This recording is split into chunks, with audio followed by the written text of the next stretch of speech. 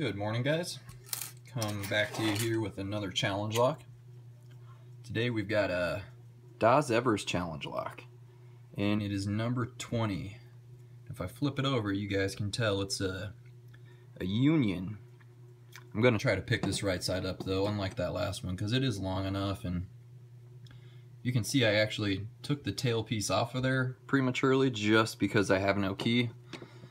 So I'm just gonna have to be careful when I pick it, but yeah, I was afraid that I might accidentally lock it up, so to avoid that, I'm just gonna do it without the tail piece on there.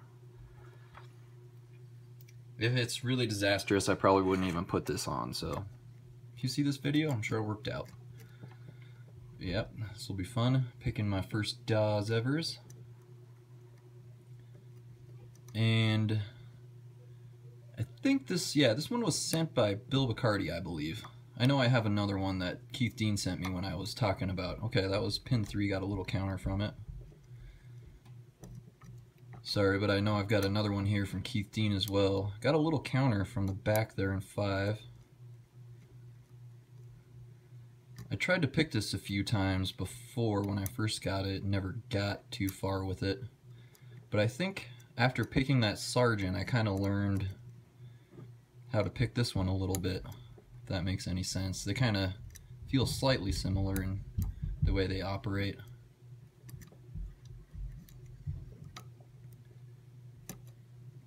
By the way they give you feedback, and it's very subtle on this union.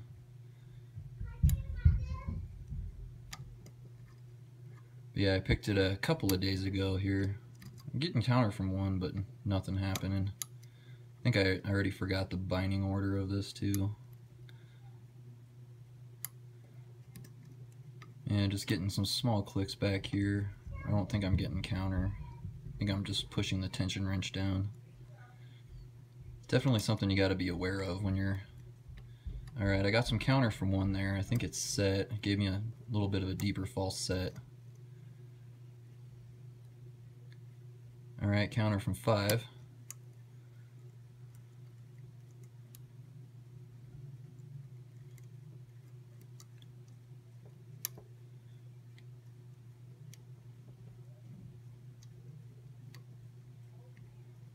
Yeah, you really gotta watch the keyway, because when I'm bouncing this I can feel it like it is giving me feedback, but it's really just, you can see when the pick touches the tension wrench down there.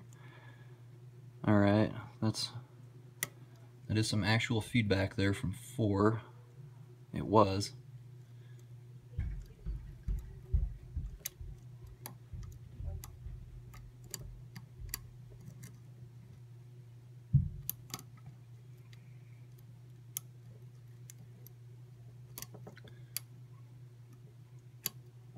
Really kind of stuck here at the moment.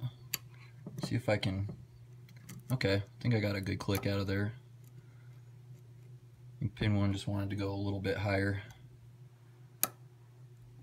Okay, pin 3 is set.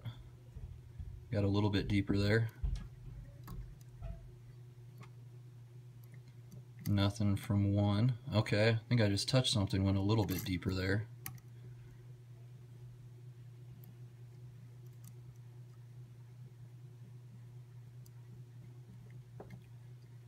I feel like 1's giving me a little stiff up in there. Let me check something else first just to make sure.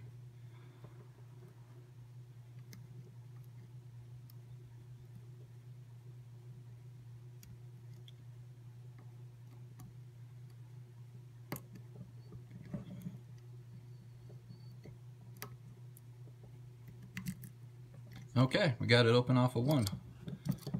Sweet, yeah, it's weird. This union kind of feels like the Sergeant that I picked the other day. Very subtle, but very crisp feeling, if that makes any sense. Alright, let's get this over on the tray here.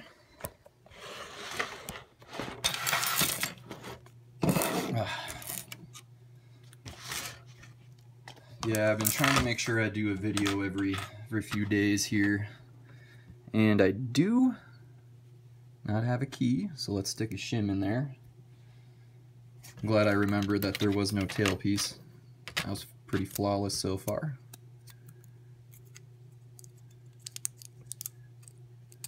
Good, that fits in there nicely. Let me see how big this tail piece is here. This might be a little big, but yeah, that one's a little too big. I think that one would be great for a Corbin or something though. Alright, that should do it. And the key pins are up. Ah, crap. There's a... yeah. Got a spring stuck up in there. That's got to be pin 1, obviously, because that's the last one we set. Yeah, so I don't think that plug follower was quite wide enough.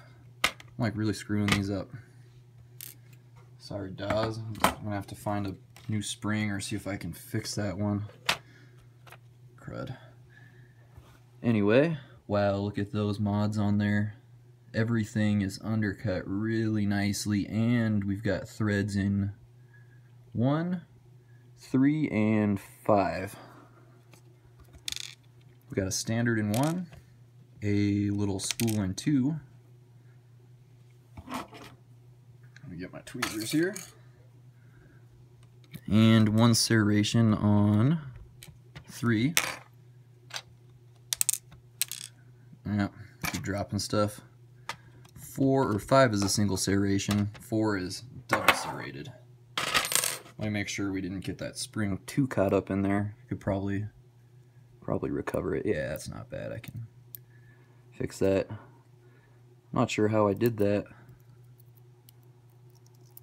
Other than that, it might just be... oh, that is a double spring in there.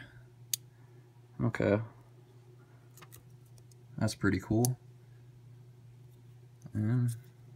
Keep hearing weird noises, I hope. Hope nothing weird's going on. Alright, pin 2 up top. Wow, that's a really nice serrated pin there. And let me get that spring out.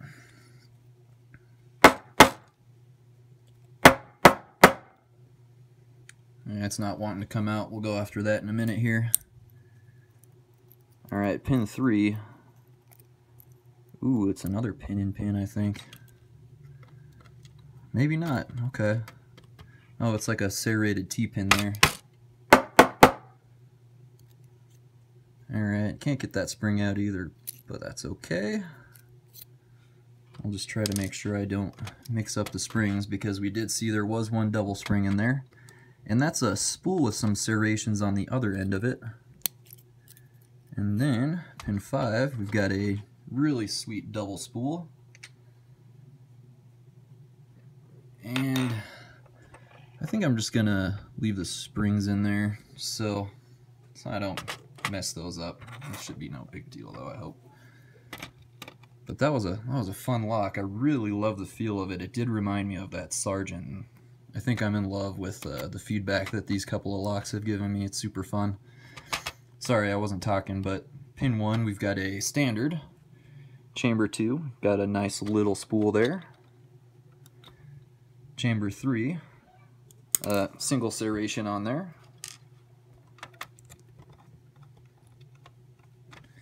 Chamber 4, a couple of nice serrations on there.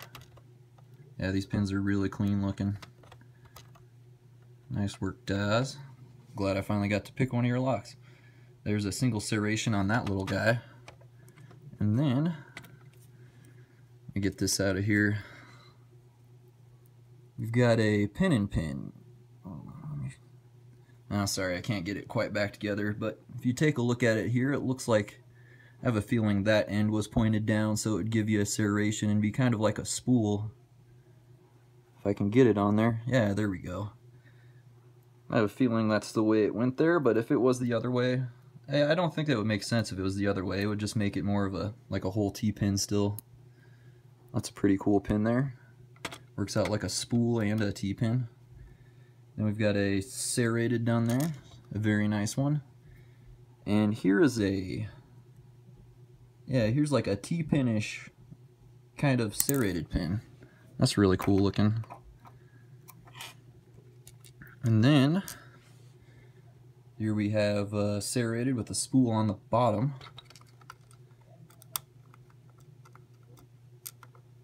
Yeah, I had to go super, super light on this. I think that was the problem when I first picked it.